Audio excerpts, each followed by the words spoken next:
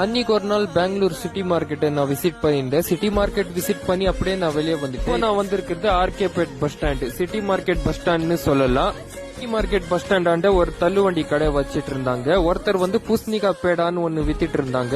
எவ்வளவுன்னா 4 kilo 10 ரூபாய். இங்க 10 rupees 20 ருபீஸ்லயே snacks கிடைக்குதுங்க. பாக்கெட்லயே இருக்கு பாருங்க. நான் வந்து பூசணிக்காய் பேடா வாங்கிட்டேன்.